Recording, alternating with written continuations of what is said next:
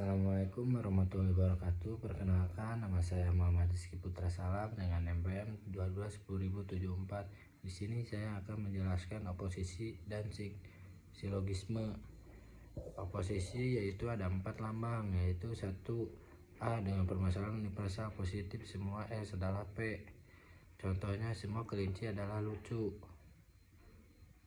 Yang kedua, I dengan partikular positif sebagai S adalah P.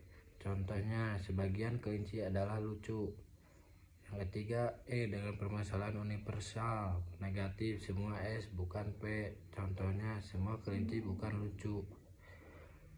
Yang keempat, O dengan permasalahan partikular negatif sebagian S bukan P. Contohnya sebagian kelinci bukan jantan. Nah, kelanjutannya distribusi term sifatnya keseluruhan, yaitu diketahui secara menyeluruh, terdistribusi atau tersebar. Contohnya semua orang adalah tinggi. Lambangnya A, terdistribusi. Semua orang tidak tinggi.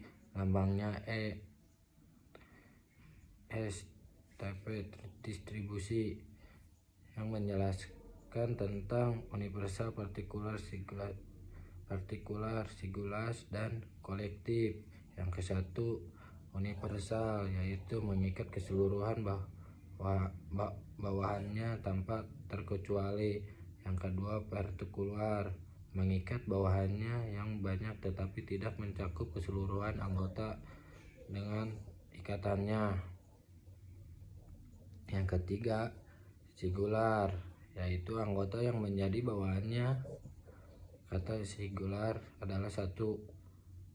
Pengertian singular dibedakan menjadi nama unik, nama yang memberi identitas suatu objek. Contohnya apakah ini atau itu. Contoh yang kedua, nama diri, nama untuk tujuan identifikasi. Contohnya kebun raya Bogor.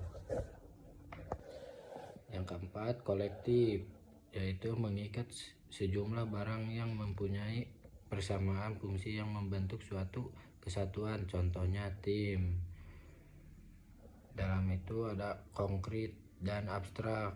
Konkret menunjukkan kepada suatu benda atau orang yang mempunyai eksistensi tertentu. Contohnya buku, kursi, dan kebalkan Tuhan kemari tidak akan terlupakan.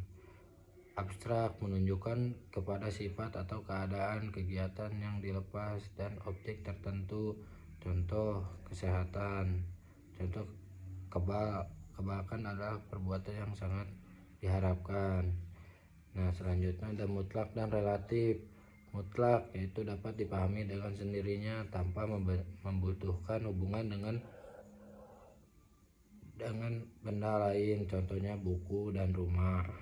Relatif tidak dapat dipahami dengan sendirinya, harus selalu ada hubungan dengan benda lain. Contohnya ayam, pemimpin, suami, kakak dan kakak-kakak. Terakhir unipop, equalpop, analog. Unipop yaitu mempunyai makna yang jelas, tidak berbingungkan. Ada equalpop mengandung makna lebih dari satu. Ada juga analog, mempunyai makna aslinya tetapi masih mempunyai persamaan juga. Contohnya dari ketiga itu, bunga itu merupakan bagian tanaman yang paling indah waktu muda. Ia adalah hubungan di desa ini. Oposisi juga merupakan pembenaran dalam suatu penyangkalan. Unsur penting dari oposisi ini ada kata pengandalan, jika atau maka. Contoh, jika semua kelinci adalah lucu, maka kesimpulannya semua kelinci tidak lucu. Untuk menentukan logika dengan bukti nyata berdasarkan bukti nyata, bukti empiris. Formatnya kata mengandalkan, lalu proposisi, lalu nilai kebenaran.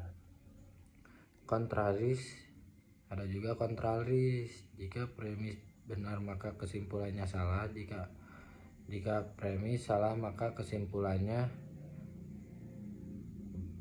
dopul atau benar. Subkontrasi. Jika premis salah maka kesimpulannya benar. Jika premis benar maka kesimpulannya salah. Subanter. Hubungan kemungkinan paling banyak bisa benar keduanya, bisa salah keduanya. 1. Jika universal benar maka partikular benar. Jika universal salah maka partikular dopul, yang dikatakan dopul.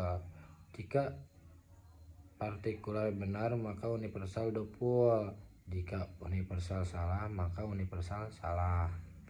Contoh dari sebagian mahasiswa suka menulis, semua yang suka menulis adalah rajin. Konklusi, sebagian yang rajin adalah mahasiswa. Modnya I. Unsur logikanya dopul karena menggunakan kata sebagian bukan semua. Jika sebagian berarti ada masalah mahasiswa yang tidak rajin. Begitu dari saya penjelasannya. Terima kasih.